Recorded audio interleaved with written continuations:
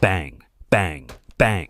The terrible pounding ripped through the stormy night and yanked me straight out of sleep. My heart kicked against my ribs as I shot upright in bed. The red digits on the clock glared 1:30 a.m. More pounding, heavy, desperate, not knocking. Someone was throwing their whole weight at our front door. "Open the door, Carter!" a hoarse male voice bellowed, riding over the howl of the wind. "Your wife is under arrest." For a heartbeat, I thought I'd misheard. My wife. Under arrest? By whom? We lived on a quiet cul-de-sac at Lake Ridge. Nobody came to your door in the middle of a storm shouting that. I stumbled out of bed, shoved my feet into slippers, and hurried down the stairs. Rain hissed against the porch roof. The hallway smelled of damp wood and cold air seeping in around the doorframe. Through the peephole I saw Travis Cole, our brand new HOA president. His big frame hunched in the rain, face flushed and angry red under the porch light.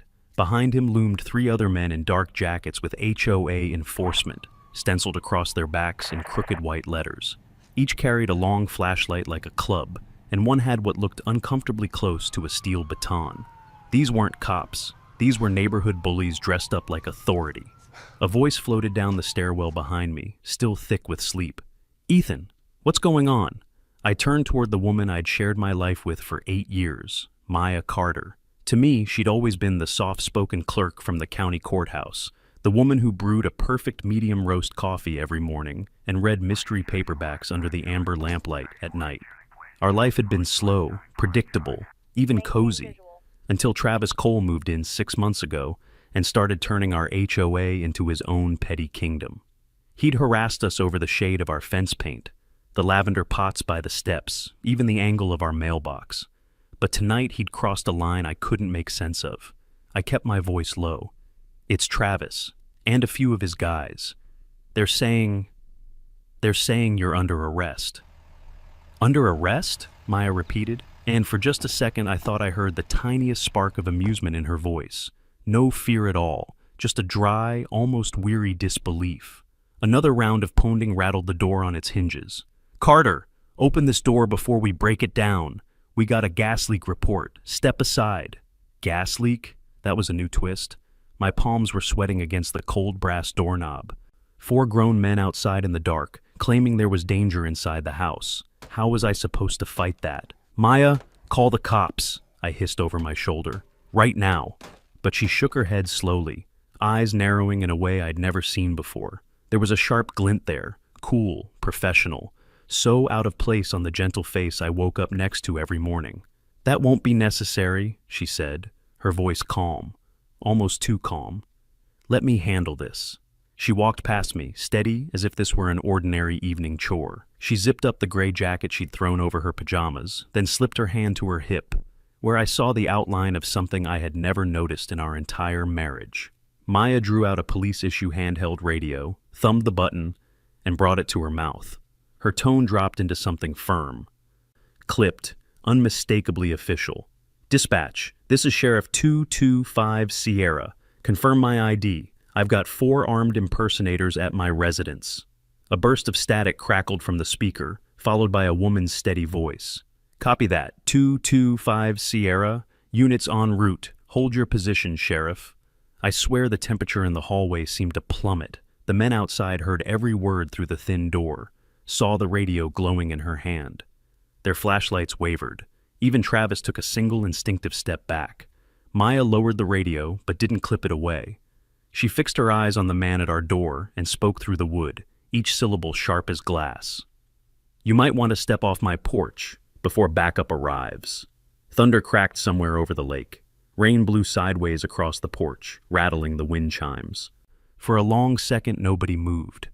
That was the night I learned the woman I thought was a quiet courthouse clerk was in fact the county sheriff of Cedar Ridge, and that the so-called HOA enforcers at my door had just made the worst mistake of their lives. The men outside didn't wait for the sirens. By the time a pair of county cruisers turned onto our street 10 minutes later, Travis Cole and his 3 enforcers had already melted into the stormy dark, like raccoons scattering when the porch light comes on. 2 uniformed deputies knocked us and took our statements. Maya kept her answers clipped and professional. I noticed the way the younger deputy's eyebrows shot up when he realized who she really was. Sheriff Maya Carter, badge number 200-25 Sierra, reporting an incident at her own home. He didn't even try to hide his unease. Nobody expected to find the county sheriff in pajama pants behind a trembling front door at 2 a.m. When they left, the house fell quiet again, except for the ticking of the kitchen clock and the distant patter of rain. I thought that was the end of the drama for the night. I couldn't have been more wrong. I tried to go back to bed, but sleep wouldn't come. Downstairs, the porch light kept flickering with the wind. I made coffee I didn't really want and stood by the window, staring out at the cul-de-sac, glistening under the street lamp. Around 3 a.m., Maya came back down, already showered and dressed in her field jacket, duty belt slung low on her hip. She was scrolling through her phone, frowning at something only she could see. "The dashcam footage from the patrol car that responded tonight," she said quietly. "Never uploaded. The server log shows a blank spot where our call should be." "A glitch?" I asked, though I already suspected the answer. Not unless glitches know how to erase time-stamped video on purpose. She set the phone face down on the counter. "And the camera at our own front door. Last 30 minutes of footage are gone too." I felt a slow chill crawl up my spine. We hadn't even told the HOA we had a camera doorbell. By dawn, the storm had passed, leaving the neighborhood washed clean but uneasy. Travis's truck was gone from his driveway. The rest of the street looked normal, mothers loading kids for school, sprinklers clicking on across neat lawns, but I couldn't shake the sense that we were being watched. Maya sat at the dining room table with her laptop open, lips pressed thin. She pulled up the Sheriff's Department incident report system, typed in her credentials, and clicked through half a dozen menus. Every record of the midnight call was missing. No log entry, no dispatch audio, no report number. It was as if the call had never happened. "Somebody's inside the network," she muttered. "This isn't just Travis throwing his weight around. Someone with access wiped the evidence within an hour. Who would do that? Why?" I asked. She didn't answer right away. Instead, she looked at me across the table, steady, unreadable, like she was measuring whether to let me in on something heavier than I was ready to hear. Late that morning, she drove into town to talk to her undersheriff in person. I stayed behind, trying to work from home, but jumping every time the mailbox creaked or a car slowed on the street. When Maya returned near noon, she looked more tired than when she'd left. "No luck," she said. "Dispatch swears the call log was there at 3, gone by 6. It is blaming a corrupted backup, but that's not how this kind of corruption works." "So, what now?" "Now," she said, taking off her jacket and hanging it on the chair back, "we find out who's protecting Travis Cole, because he's not clever enough to pull this off alone." Her calm frightened me more than the pounding on the door had. She wasn't angry or panicked, she was calculating. That evening we tried to act normal. We grilled chicken, waved at neighbors who passed by, pretended not to notice the black SUV parked 2 houses down that had never been on our street before. Maya claimed it was probably a contractor's car. I wasn't so sure. Just after sunset, she came to sit beside me on the porch swing. The air smelled of wet pine and cooling asphalt. She rested one hand on my knee, the other wrapped loosely around a mug of tea. "Ethan," she said softly, eyes fixed on the horizon where the lake reflected the last orange glow, "I didn't tell you everything about why we moved here. Travis isn't the real problem. There's someone behind him. And if I'm right, tonight was only a warning." I wanted to ask more, but the look in her eyes stopped me. Something colder than fear, something that said she'd been living with a bigger secret for a long time. The storm was gone, the sky finally clearing, yet I had the unsettling feeling that the real weather, the dangerous kind, was just beginning to roll in. Sure. I'd started sleeping with my phone on the nightstand. Flashlight app ready. Ever since the night Maya froze Travis on our porch, the street had felt like a coiled spring. It snapped at 2:04 a.m. the very next night. First came a hard click somewhere down the block. Then every light on our cul-de-sac died at once. The hall nightlight went black. The fridge hummed to silence. Even the yard timer quit with a little hiss clunk. "Not a transformer," Maya said, already on her feet. Somebody pulled the curb breaker. Through the curtain I counted shapes. 3, no, 4, gliding along the hedge line. No talking. No porch banter this time, just intent. "Same crew," I whispered. "Same crew," she said, calm as a metronome. "And they think darkness is cover." She slipped her phone off the nightstand, swiped twice, and held it to her shoulder. 911 on speaker, muted our side. The operator's voice came soft and steady. 911, what's your emergency? Maya let the line stay open. Dispatch would record everything they could hear. She handed me the small LED light. Stay behind my shoulder. If they step up, keep the beam on hands, not faces. We moved downstairs. The house felt like a lung holding its breath. Bang, bang, bang. The door jumped in its frame. No shouted gas leak this time, just the scrape of metal on the knob, practiced and patient. Maya didn't reach for the light switch. With the power out, it was useless anyway. Instead, she thumbed her tactical flashlight to a low-intensity beam, angled down so it wouldn't backsplash off the glass, and lifted her voice, firm, even, unhurried. Travis Cole, you're trespassing on private property. This line to 911 is open and recording. Step off my porch and return to the street now. A beat of rain on the eaves, a muffled curse from the other side. The metal tool paused, then scratched again. Maya took one quiet step closer to the door. Here's what happens next, Travis. You keep working that lock, I open this door with cuffs, and we add burglary to your troubles. You back away, we call this night a warning. 10 seconds. Silence. I could feel, more than hear, the men shifting their weight on the boards. She didn't wait for them to decide. She hit the panic button on the car fob in her pocket. Outside, our sedan exploded into headlights and horn, a savage blast that punched holes in the quiet and strobing beams that cut across the porch from the driveway, all of it running on the car's own battery. Not house power, not theirs to kill. The men flinched. Through the peephole I caught a jitter of movement. Gloves, a dark jacket, a flash of a cheap Enforce stencil, then a hand yanked the tool away from our lock. Maya kept her voice level, riding the horn. 9, 8, 7, back it up, a low voice hissed from the steps. Boots thudded, one scuffed hard on the riser, an angry, clumsy sound, and then they were off the porch, moving fast toward the corner. The horn blared on. Headlights swept the hedges like search beams. Tires scrabbled on gravel. A truck door slammed. Then the taillights, red dots, shrinking and gone. Maya clicked the fob again. Silence rushed back into the house like a tide. You didn't draw, I said, breath finally catching up to me. They weren't committed, she answered, listening to the 911 operator confirm the open line and location. They were probing. Tonight that the goal was to scare and test. They got scared instead. She spoke up to the phone, crisp and clear. Break-in attempt, 4 suspects, fled in a pickup, no plate visible. Power appears cut at curb. Send a unit and notify the utility. Copy, the operator said. Deputy en route, utility notified. We waited with the dead quiet house until blue strobes washed the front windows. A deputy took our statements while a utility tech opened the curb panel and whistled low. Manual throw, he said, shining a beam over scraped metal. Somebody popped this with a tool, not random. After they left, the refrigerator kicked back to life and the hall light glowed like a candle relit. The clock on the stove blinked 12 on at us, brand new and blank. Maya stood at the window a long moment, then turned to me, voice softer now that the adrenaline had ebbed. We can't rely on the doorbell or patrol dash cams.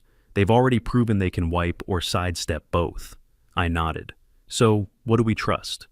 Our own eyes, off-grid. She tapped the pocket where she kept the car fob, the improvised siren. Battery-backed lights, independent recorders. Tomorrow, we harden the house. I pictured the 4 shadows peeling off into the night, a porch they thought would be easy, the horn they didn't expect. The fear in my chest had cooled into something steadier. Tomorrow, I said, we put cameras everywhere. Not everywhere, she answered, a ghost of a smile returning. Just where they'll step first. Upstairs, the house resumed its ordinary sounds, the hum of the fridge, the tick of the hallway clock, the distant slosh of the lake against the rocks. But the ordinary felt different now. It felt chosen. We went back to bed, not to sleep so much as to wait for the sun. In the gray just before dawn, Maya's hand found mine on the quilt. This isn't harassment anymore, she said. It's attempted entry. And tomorrow, I said, already seeing cable runs and brackets in my head, we start the paper trail they can't erase. She didn't answer, but I felt her nod in the dark. The night Travis and his crew backed off should have brought relief. Instead, the silence that followed was the kind that lets you hear your own heartbeat. I didn't sleep much. I lay there staring at the faint glow of Maya's duty radio on the nightstand. Green light blinking every few seconds like a watchful eye. She slept on her side, one arm draped over the quilt, the other close enough to reach the radio if it buzzed. I wondered how many nights she had slept this way, half a wife, half a sheriff, while I had no idea. By Saturday morning, the rain had cleared, leaving the air smelling of wet pine. I brewed coffee out of habit, but my hands shook while pouring the mugs. Maya came into the kitchen in her gray sheriff's office t-shirt, hair still damp from a quick shower. She looked rested, but her eyes had that distant focus I'd noticed the night before, the look of somebody already running tactical scenarios in her head. "We need cameras up by tonight," she said matter-of-factly, as if she were asking me to change a light bulb. I raised an eyebrow. "We? Or the sheriff's office?" "We," she repeated. "I'm off duty today. I want your help mounting 2 outside and 1 inside by the front door." That was the first time I realized she had already bought the cameras, 3 small black cubes still in their packaging on the table. She'd planned for this long before Travis ever pounded on our door. By mid-afternoon, we'd finished the installation. 1 camera hid in the branches of the maple tree facing the street, another tucked beneath the eaves over the garage. The third sat high on the entryway wall.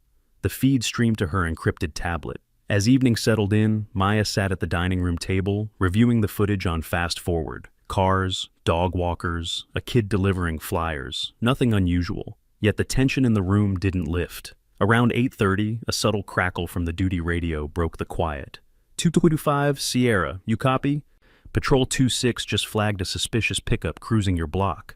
Black F-150, no front plate. Maya answered in a calm tone that contrasted the sharpness in her eyes. "Copy that, dispatch. Keep eyes on it.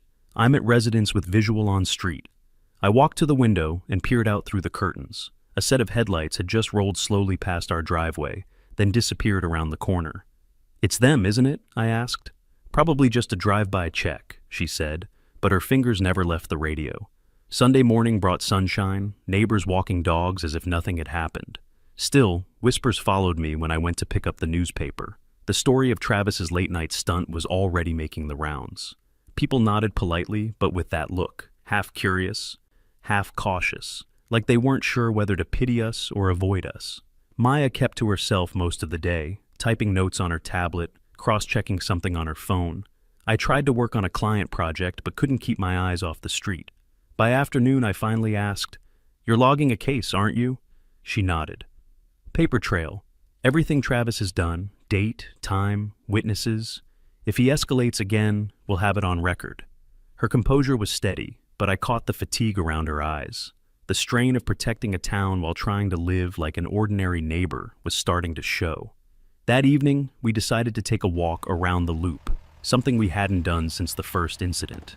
The October sky had turned gold and lavender at sunset, leaves crunching under our shoes. For a few minutes, it almost felt like the neighborhood we had moved into a year ago, quiet, friendly, safe. Halfway down the block, we spotted Mrs. Jenkins standing by her mailbox, phone in hand. She gave us a small wave, and when Maya greeted her, lowered her voice. "I don't want trouble, but I heard Travis held another HOA security briefing in his garage last night. Said something about you two hiding county equipment at your place." Maya thanked her calmly, promised everything was under control.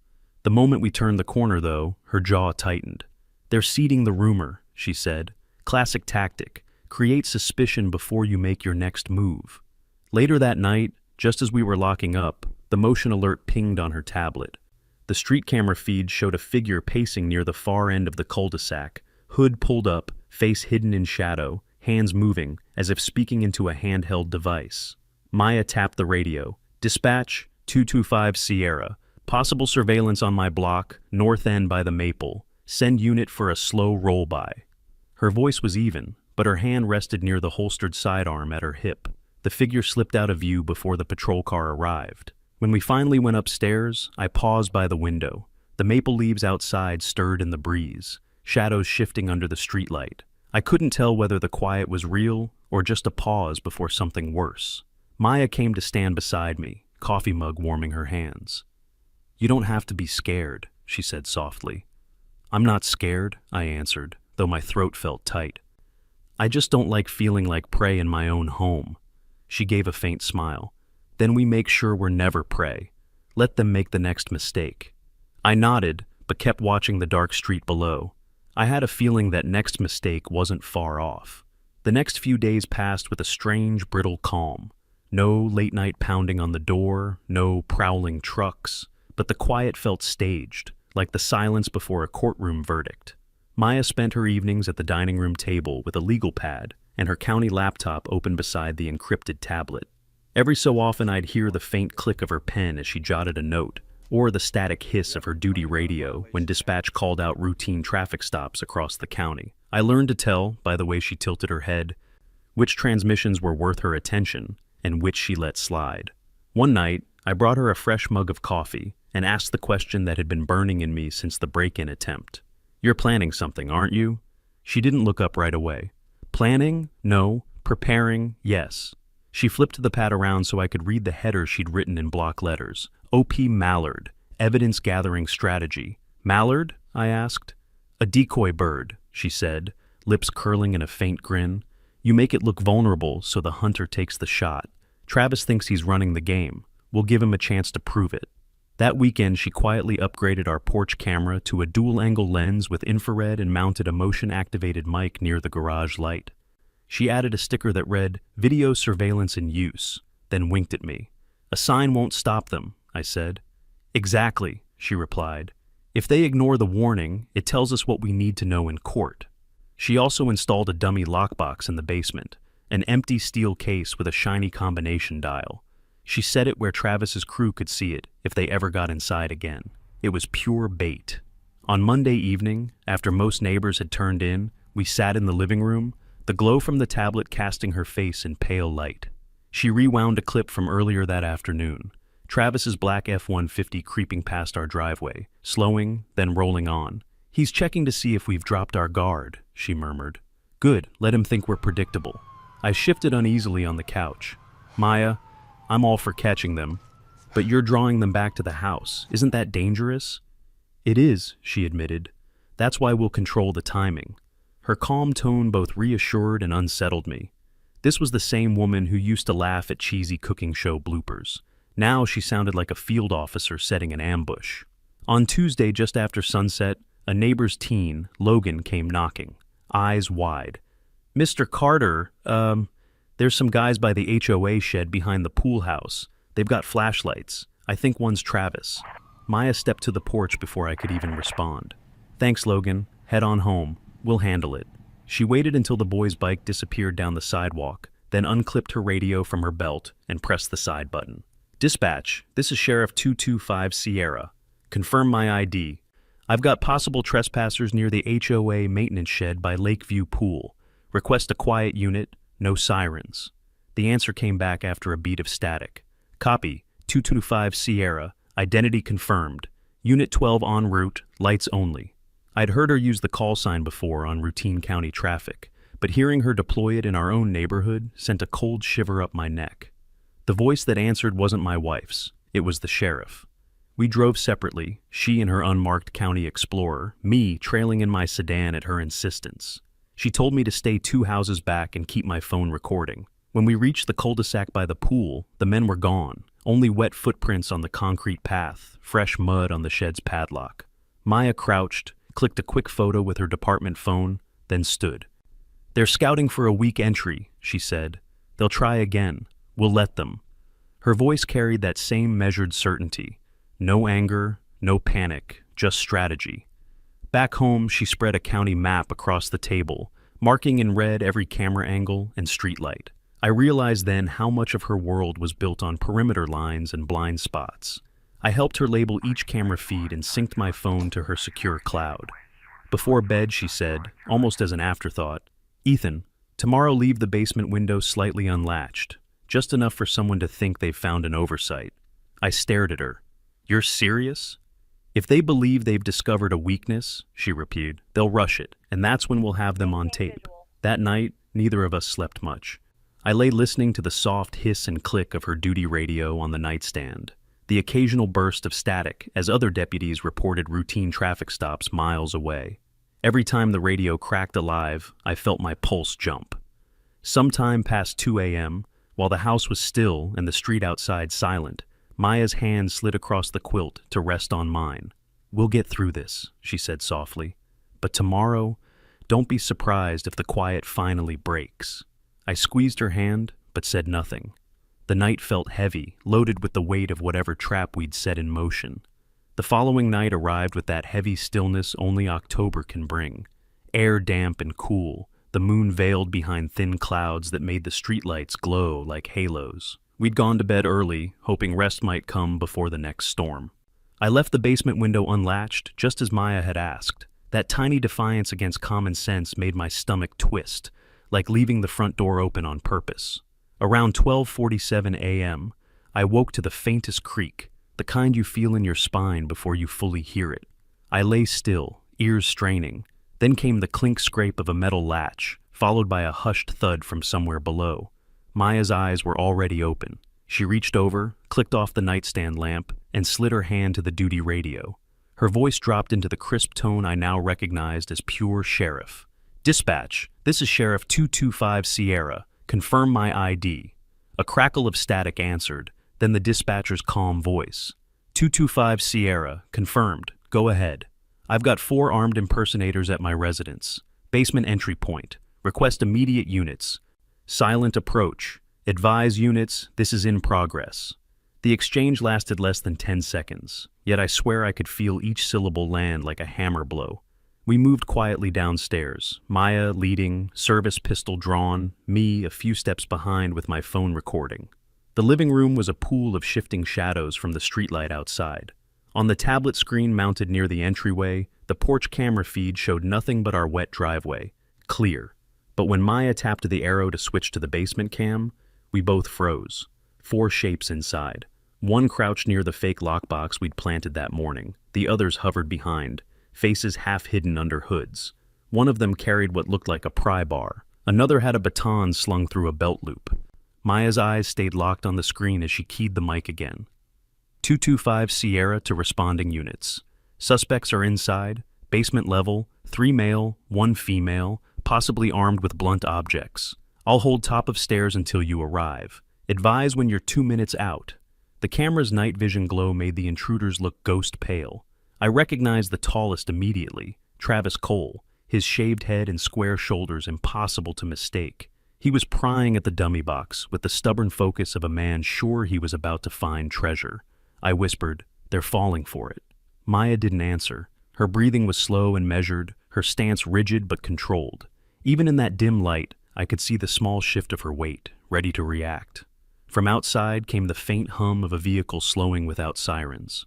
Her radio whispered, "Unit 12, 2 minutes out. Approaching dark." Maya clicked back. "Copy. I'm stationary at the stairwell landing." Then we waited, those 2 minutes stretching like hours. Through the thin floorboards we heard a muffled curse, then the metallic clang of the dummy box resisting Travis's efforts. A sudden sharp crack startled me. One of the intruders had stepped wrong, snapping an old paint stir stick left near the wall. Travis hissed at him to stay quiet. The sound shouldn't have been funny, but in that charged silence, it felt surreal, like watching a stage play where the villain flubs his line. The glow of headlights swept briefly across the side window, Unit 12 sliding to a silent stomp at the curb. Maya raised 2 fingers to me, a signal to stay put, then keyed the mic one last time. "Dispatch, 225 Sierra. Visual confirmation of backup. We're moving." I'll never forget what happened next. Maya stepped forward to the top of the basement stairs, braced 1 foot on the landing, weapon lowered but ready. Her voice rang out, firm, official, no trace of fear. "This is Sheriff Maya Carter, County Sheriff's Office. Drop everything and keep your hands where I can see them." The reaction was almost cinematic. All 4 froze mid-motion, as if the word sheriff had sucked the air out of the basement. The smallest of the men, the one with the baton, actually stammered, She's the sheriff?" From outside came the authoritative shout of the arriving deputy. "Sheriff's office! Basement suspects! Keep your hands visible!" The next moments blurred, boots on the porch, a deputy sweeping in through the kitchen door, another covering the back entrance. The imposters were ordered up the stairs one by one, hands raised, Travis last. his glare fixed on Maya as if sheer hatred might burn her down. Seeing them march out under real law enforcement command was like watching a fever break. When the cuffs clicked on Travis's wrists, Maya finally lowered her weapon. She exhaled, shoulders easing, but her eyes stayed on him until the patrol car doors shut. I remember standing there beside her on the porch, the blue-red patrol lights washing over our faces, and realizing just how much of my wife I'd never really known until that night. The deputies took statements until nearly 3 in the morning. When the last cruiser pulled away, Maya and I sat in the quiet living room, the tablet still showing the frozen image of Travis at the dummy lockbox, his expression halfway between greed and shock. Maya sipped the cold coffee left on the table and finally said, almost to herself, "That was just their opening move. Whoever's behind Travis won't like losing pawns." I didn't answer. The night had proven her right about everything, and I had the uneasy feeling that the real battle was still ahead of us. Morning sunlight streamed through the blinds as if nothing had happened the night before, but the living room still smelled faintly of wet boots and coffee gone cold. Our front porch was littered with footprints and a forgotten evidence marker. For the first time in weeks, the cul-de-sac was utterly still. No barking dogs, no sprinklers ticking, just the hush that follows a storm. Maya was already at the dining room table, hair pulled back, badge clipped to her belt. Her phone was on speaker with Detective Ron Harkins, the department's evidence specialist. "We processed your basement overnight," Harkins said. "No forced entry damage. Window was cracked open like you said. Prints on the dummy lockbox matched Travis Cole and 2 of his buddies, Jeff Bain and Kyle Turner. The 4th one, the woman, we're still running. Name she gave us looks fake." Maya jotted notes while I refilled our mugs. "And the weapons?" she asked. 2 expandable batons, a pry bar, and, get this, one of those cheap nylon HOA enforcement vests. Looks like they bought a dozen off the internet. I could hear the paper shuffle on his end, then a sigh. "We also pulled a burner radio, different frequency than ours, civilian band. We'll try to see if it ties to anybody else." After the call, Maya leaned back, pinching the bridge of her nose. They came ready to intimidate, not ready to shoot. Still, the coordination worries me. Somebody gave them that idea and probably promised backup. "Think Travis has a boss?" I asked. "Almost certainly," she said. "Travis is a bully, but not smart enough to scrub dispatch logs or wipe camera footage. That takes someone on the inside." By mid-morning, 2 county cruisers returned with paperwork for a search warrant on Travis's garage and HOA office locker. The neighbors peeked through curtains as deputies carried out boxes of files and a battered desktop computer. From our porch, I caught sight of Linda Shaw, the HOA treasurer, usually cheerful, now pale as chalk, watching from her driveway. When our eyes met, she looked away quickly and went inside. Something told me Linda knew more than she was willing to admit. At noon, we headed downtown for formal statements. The sheriff's substation smelled of fresh coffee and printer ink, a strangely normal contrast to the tension in the interview room. Detective Harkins spread photographs across the table, close-ups of the fake vests, the pry bar, screenshots from our basement cam. "We're charging Travis with attempted burglary, criminal impersonation, conspiracy. The DA's adding unlawful restraint and trespass with intent to intimidate." He tapped the photo of the woman, still digging on her. "She calls herself Cora Reeves, says she's Travis's security consultant." Maya exchanged a look with him that I couldn't quite read, half skepticism, half calculation. "Check DMV and court records in Nevada and Arizona," she suggested. Something about her posture screamed ex-loss prevention, maybe private contract muscle. Harkins nodded and made a note.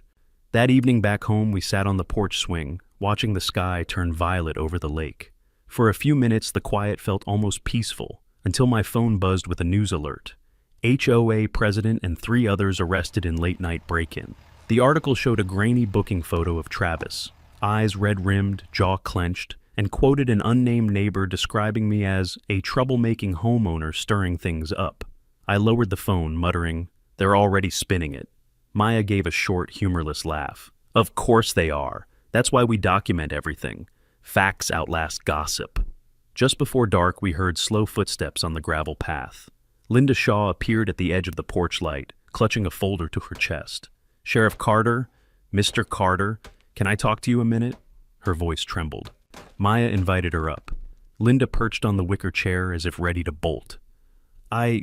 I think I made a mistake, she whispered. Travis said the board needed certain member files for an audit, financial statements, veterans' property exemptions. I handed them over without thinking. After last night, I realized he might have been using them for something else. I'm so sorry. Maya's expression softened, but stayed professional. You did the right thing coming forward. I'll need a written statement and a list of every file you gave him. Linda nodded, eyes shiny with guilt. The folder in her hands turned out to be photocopies of HOA expense ledgers, payments to a so-called community safety consultant company we'd never heard of. After Linda left, Maya flipped through the pages under the porch light. These payments started 3 months ago, right after Travis became president. The amounts go up every week. And here's a signature for equipment rentals. My guess, radios, uniforms, maybe even surveillance tools. She closed the folder with a decisive snap. Tomorrow I'll have Harkins subpoena the bank records. If the money trail lines up, we'll know who's pulling their strings. Later, as we locked up for the night, Maya paused at the front door and looked out at the cul-de-sac. Ethan, she said quietly, the arrests don't end this. Somebody paid for those men, scrubbed those logs, told them what to look for in our basement. Until we know who that somebody is, stay alert. Her words settled over me like the damp autumn air. Cool, heavy, undeniable. The worst part wasn't that she might be right. It was that I believed her completely.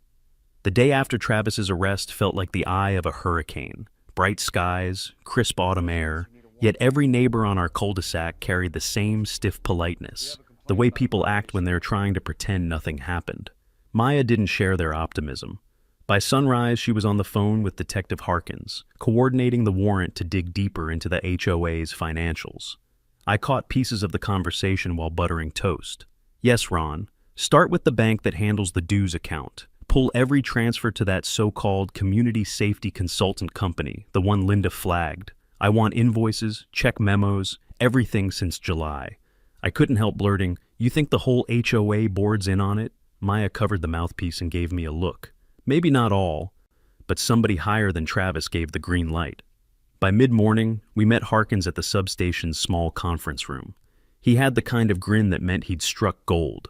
Spread across the table were photocopies of checks, ledger pages, and email printouts. One memo leapt out at me. Payment, September 12th. Heritage Neighborhood Risk Solutions. Forthsers, Security Asset Leasing. Harkins tapped the sheet. Turns out that Risk Solutions LLC is nothing but a P.O. box in Phoenix. No business license, no staff. The same shell company shows up in 3 other towns where HOAs got caught running shady compliance patrols. Maya flipped through another folder, frowning. They were funneling HOA dues into a ghost account, paying for the uniforms, radios, probably even Travis's stipend. I asked, so the neighbors basically funded the thugs who broke into our basement? Harkins nodded grimly. That's the picture. The next puzzle piece came from a seized burner radio found on Cora Reeves, the woman who had claimed to be a consultant. County techs matched its frequency to a privately licensed band used by Bridgemark Security Logistics, a regional contractor whose CEO just happened to be the brother-in-law of our HOA's attorney. It was Maya's turn to whistle low. Now we're talking about a supply pipeline, gear from Bridgemark, money through the shell company, muscle recruited by Travis. Late that afternoon, we invited Linda Shaw back over. She arrived carrying another folder and a Tupperware of banana bread, an uneasy peace offering. Seated at the dining room table, she confessed in a shaking voice. Travis told the board that the county was cutting patrol coverage near the lake. He said we had to fund our own security detail, or insurance rates would jump. I signed the checks. I thought it was legitimate. Maya kept her tone measured but firm.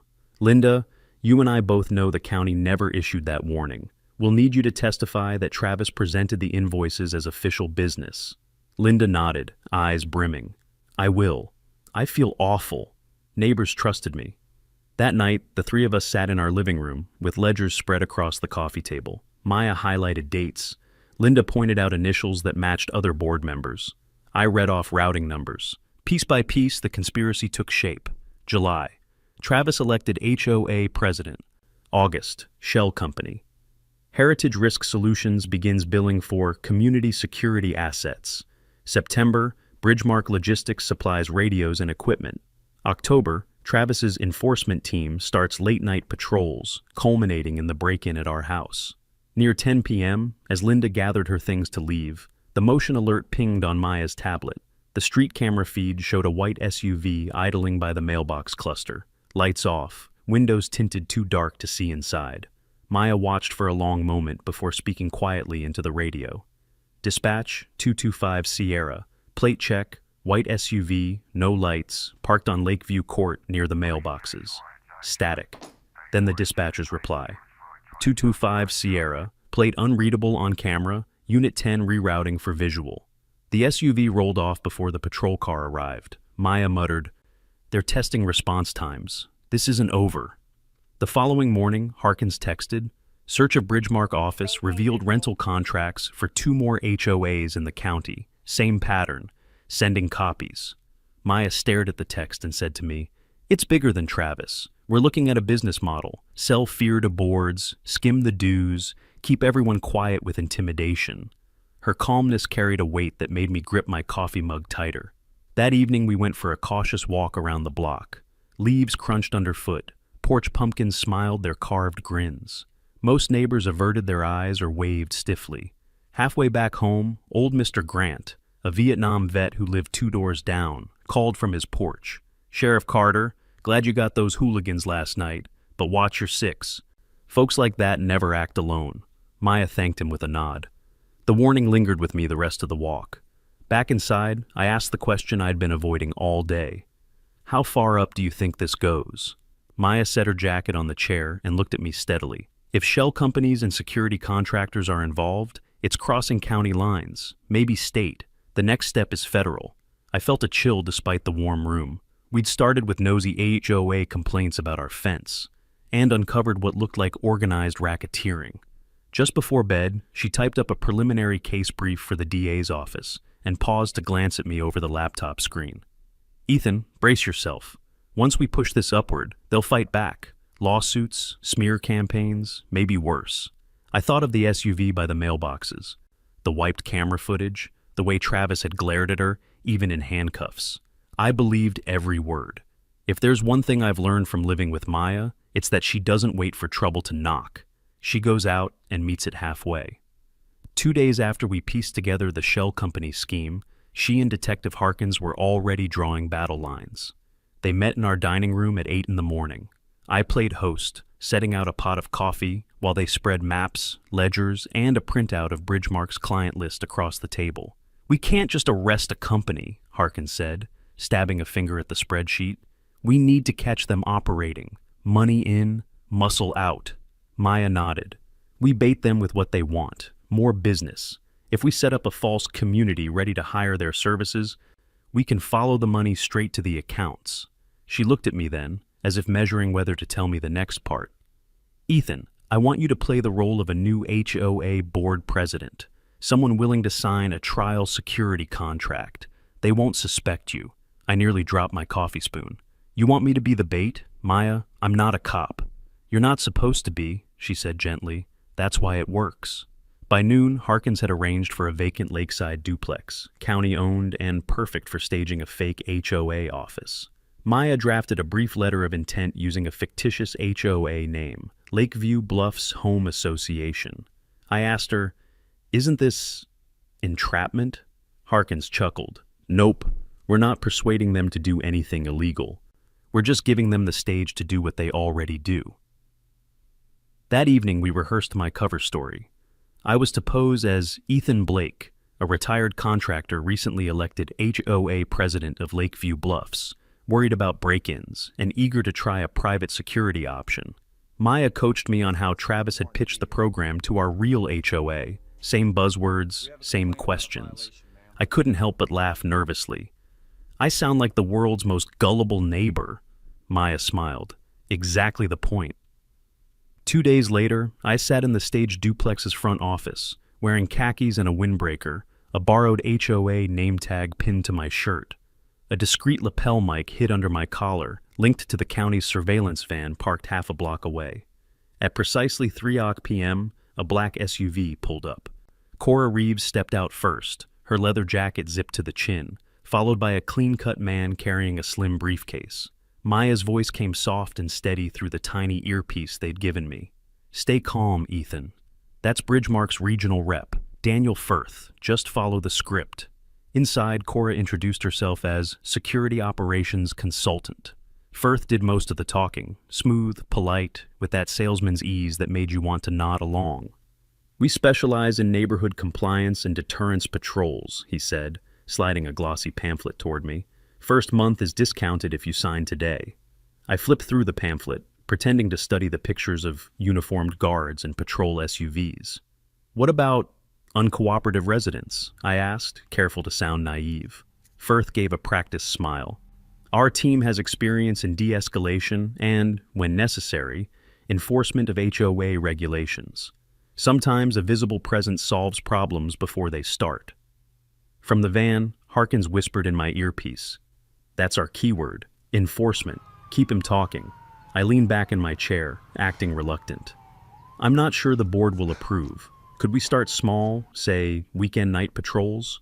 Cora jumped in quickly. Of course. We could even arrange a test operation. Let your residents see results. You'd be surprised how effective a uniform and a radio can be.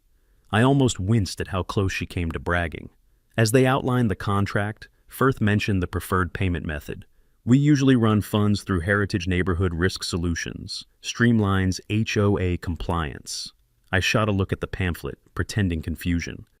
So, the invoice comes from Heritage, not Bridgemark? Exactly, Firth said. Keeps it simple for the association's books. In the van, I heard the low whoop of Harkins's muffled cheer.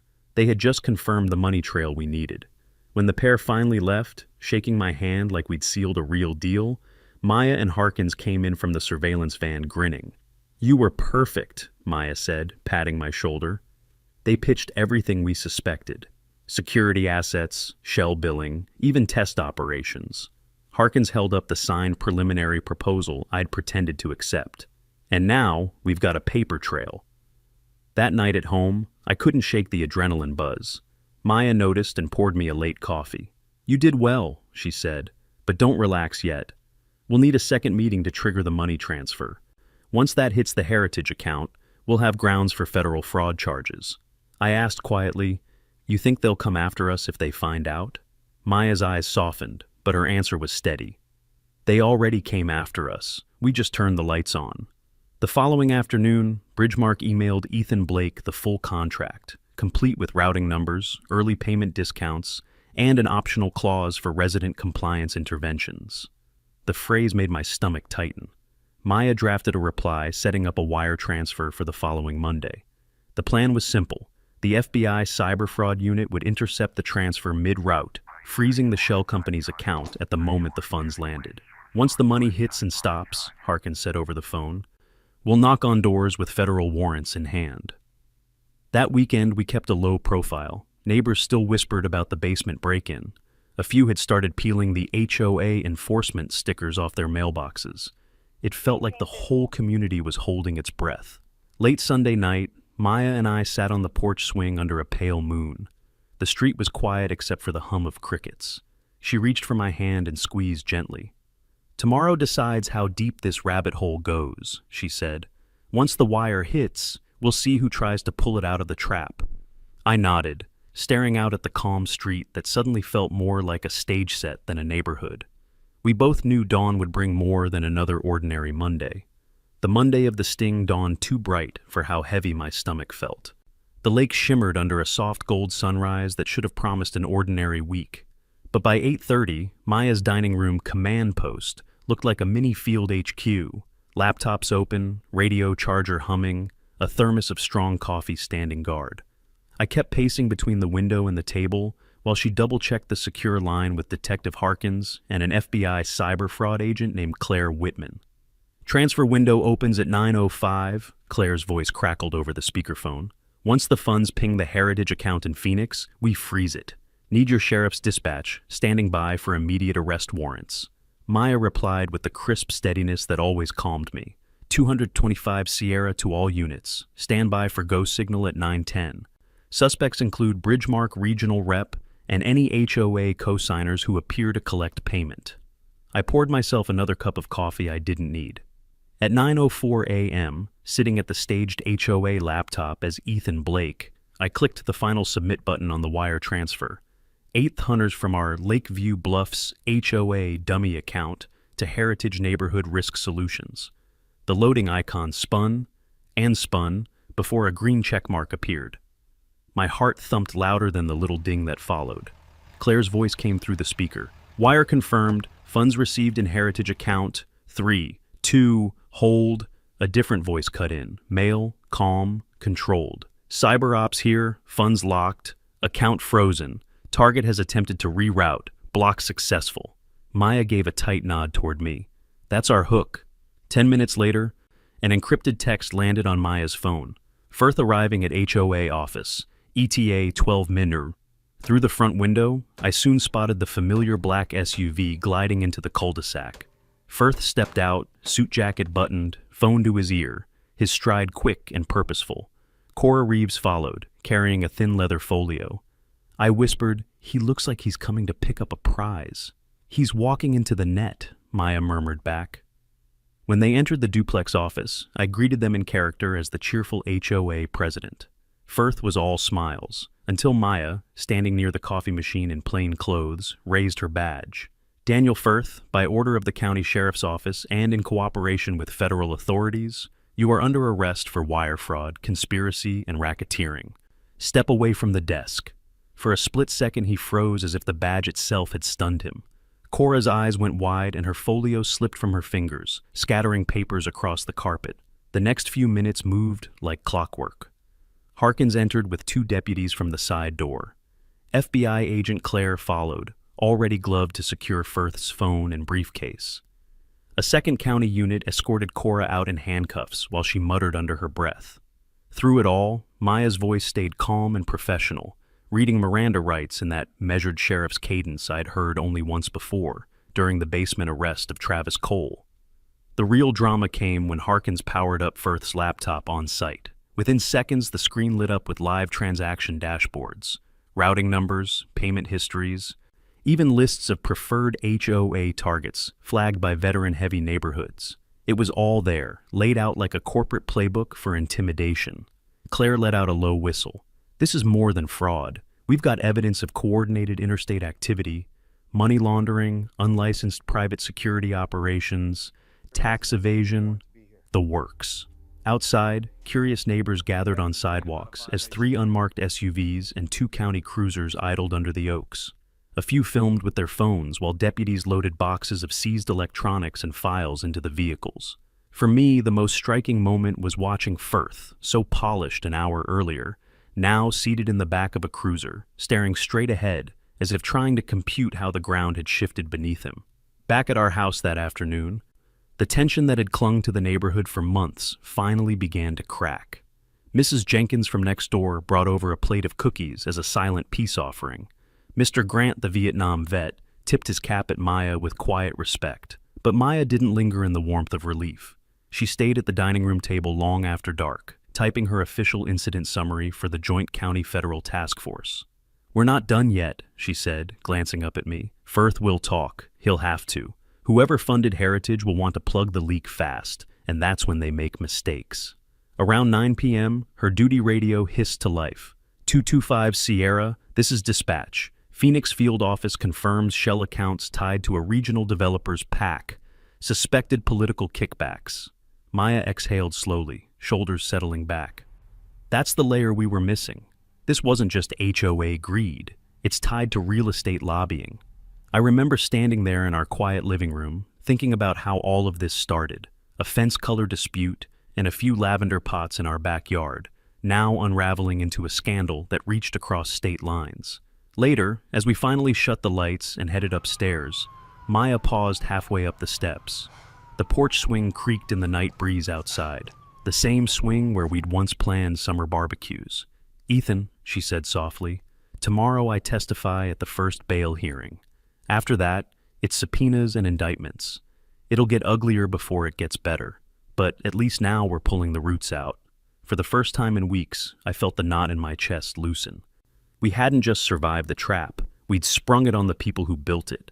The courthouse smelled of polished wood and old paper, one of those county buildings that had seen 100 small-town dramas play out beneath its tall windows. That Monday morning, though, the drama felt anything but small town. I sat on the left side behind the prosecution's table, trying to look composed while my pulse thudded in my ears. Maya stood at the far rail in her navy dress uniform, hat tucked under one arm, duty pistol locked away with court security. She looked every inch the sheriff. I still caught myself seeing the woman who read cookbooks in bed beside me. The defendant's bench was full. Travis Cole, broad-shouldered and scowling, Cora Reeves, pale and stiff in a tan jail jumpsuit, and Daniel Firth, the Bridgemark rep, suit traded for County Orange but still trying to wear the air of a businessman caught in a misunderstanding. Their attorney, a sharp-jawed man named Mills, leafed through a thick binder of motions. The hearing opened with Judge Eleanor Grayson, an older woman whose steady gaze could have frozen boiling water. She summarized the charges: conspiracy, impersonation of law enforcement, wire fraud, racketeering, unlawful surveillance, attempted burglary. The words alone sounded heavy. Hearing them stacked one after another had weight like iron chains. Assistant DA Mark Tolliver called his first witness, Sheriff Maya Carter.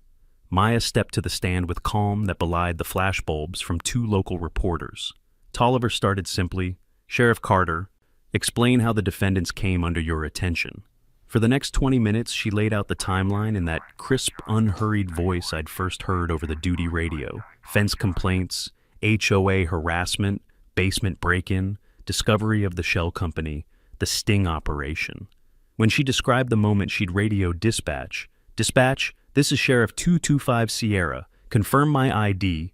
The courtroom grew so still, I could hear the bailiff's pen scratching notes. Mills objected more than once, leading the witness. Speculative, but Judge Grayson overruled each, eyes never leaving Maya. Then came the video evidence. Tolliver dimmed the lights while a clerk rolled in a monitor. The basement cam footage played first. Travis and his crew crouched around the dummy lockbox, faces caught in ghost green night vision. The room stirred at the sight of their crude HOA enforcement vests. Next came the sting office recording, Firth calmly outlining the shell payment route, mentioning Heritage Neighborhood Risk Solutions as if it were the most natural thing in the world. When the lights came back up, even the reporters had stopped typing for a moment. Mills tried his best to shake Maya on cross-examination. "Sheriff Carter, isn't it true you set a trap by leaving a basement window unlatched?" "Yes," she answered evenly, "to gather evidence of a crime already in progress. You were hoping they'd commit a crime, weren't you? I was expecting it. The law allows decoy operations against repeat offenders." Each answer was measured, professional, no flash of temper, no wasted words. I felt a quiet swell of pride watching her hold her ground. The afternoon session brought in Linda Shaw, the HOA treasurer, who testified, voice trembling, how Travis had pressured the board into approving payments to the phantom security vendor. She admitted signing the checks under false pretenses and identified Travis's signature on reimbursement forms for equipment leasing. Finally, Tolliver called me.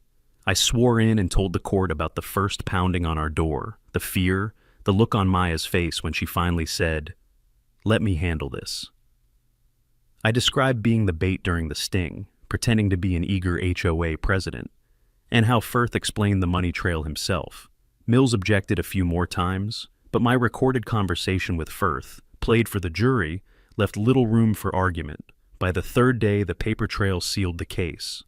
Bank subpoenas showed HOA dues routed through the shell company to Bridgemark accounts, with kickbacks to Travis's personal debit card. Federal agents testified about the frozen wire transfer and the seizure of laptops loaded with resident profiles. Judge Grayson denied bail for all three primary defendants, citing flight risk and ongoing investigation into broader interstate charges. Her gavel strike echoed like a final verdict, even though the trial proper was still ahead. When court recessed, neighbors who had once avoided us came over quietly to shake Maya's hand. Some apologized for doubting her. Others just looked relieved the nightmare had faces and names now. Outside on the courthouse steps, I stood beside her under a crisp autumn sky while reporters aimed microphones. "Sheriff Carter?" one asked. "What's your message to homeowners worried about HOA corruption?" Maya's reply was steady, simple. No homeowners should live in fear of their own neighborhood. The badge exists to protect, not to be imitated. If you see something wrong, speak up. Paper trails don't lie. Her words made the evening news unchanged. That night, back home on the porch swing, we listened to the crickets and the distant hum of the highway. Maya set her hat on the rail and leaned back with a sigh. "We won a round," she said quietly, "but the folks who built that shell network won't stop because 3 faces went to jail. The DA's pushing federal racketeering charges next." I squeezed her hand, feeling the cool autumn breeze sweep past us. For the first time in months, the street around our house felt like a real neighborhood again. Yet both of us knew the fight wasn't finished. Autumn came late that year, sliding into Oakwood Heights with gold-tipped leaves and cool evenings that smelled of wood smoke. For the first time in months, our cul-de-sac looked like the neighborhood we'd fallen in love with. Kids tossing footballs on front lawns, porch pumpkins glowing at dusk, neighbors waving instead of staring. Maya and I sat on the porch swing that had survived every storm and every sleepless night.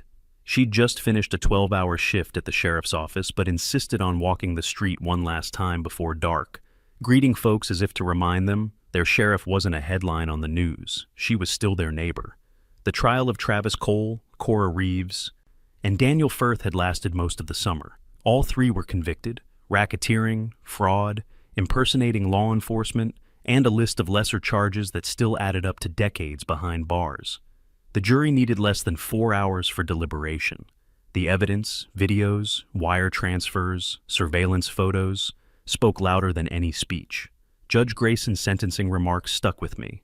The trust of a community is not a tool to be rented or sold. When you corrupt it, you don't just steal money, you steal people's peace. Hearing that in the same courtroom, where Travis once smirked at us, felt like closure I hadn't known I was waiting for. The Oakwood Heights HOA was dissolved and reorganized under a court-appointed board. For the first time, residents voted in new officers, retirees, a teacher, a paramedic, ordinary neighbors with no taste for power games. Meetings moved to the community center instead of front lawns, budgets were posted online, and a simple rule was adopted by unanimous vote.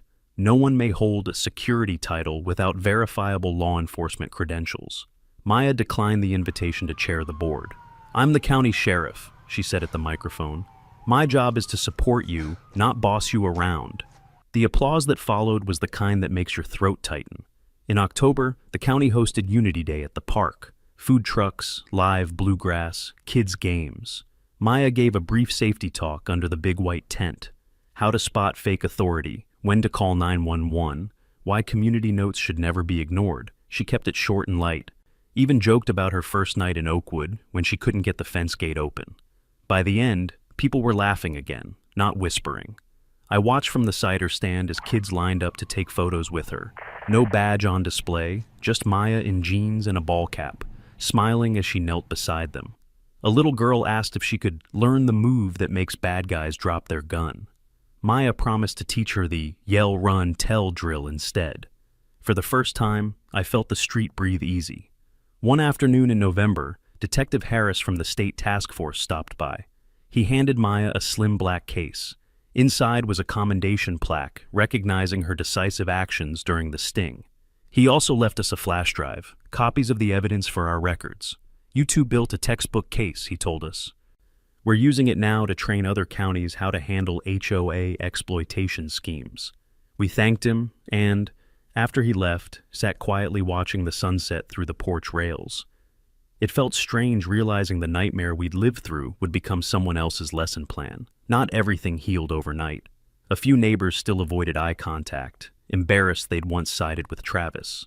One family moved away altogether, not from fear, but from the shame of having believed his promises. But fences got mended, literally and figuratively. Our 6-foot iron fence, the spark of the whole feud, stayed exactly where it was, no longer a symbol of defiance, just part of the yard again. The county held a dedication ceremony for a new playground bench engraved with a line from Judge Grayson's verdict. "True security comes from trust, not intimidation."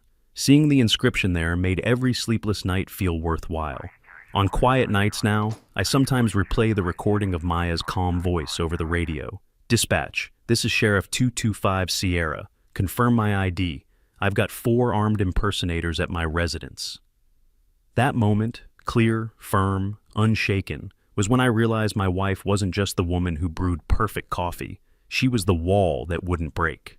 Neighbors sometimes ask how we got through it. The truth is, I don't think we did alone. It took good deputies, honest neighbors, one tough judge, and a sheriff who refused to blink when the porch light went on. The following spring, Maya started a free community awareness workshop at the rec center. The first class drew 20 residents. By summer, the crowd had doubled. She taught them what paperwork real officers carry, how to document suspicious encounters, how to recognize pressure tactics before they spiral. Don't be paranoid, she always said, but don't be passive either. I usually stood in the back near the coffee urn, watching her explain calmly, using our own story as both warning and reassurance. Seeing the faces of older couples, young parents, even a few college kids listening closely, reminded me why telling the story mattered. A year later, standing again on our porch as dusk settled over Oakwood Heights, I thought about how far we'd come. The air smelled of cut grass and barbecue smoke instead of tension. The street that once felt like a battleground now looked like a Norman Rockwell postcard. Maya joined me, carrying 2 mugs of tea. She handed me one, leaned on the rail, and said with that quiet certainty I'd learned to trust, "We're not done keeping watch, but tonight we rest." The porch light clicked on as the first fireflies blinked in the yard. For the first time in a long while, I believed her. If this story moved you or gave you something to think about, don't forget to tap that like button. We'd love to hear your thoughts in the comments. Have you ever faced a neighborhood power struggle or seen someone stand up to a bully? And if you know friends or neighbors who'd enjoy a good true-to-life drama with a twist of justice, please share this story with them. Your support helps keep these stories alive.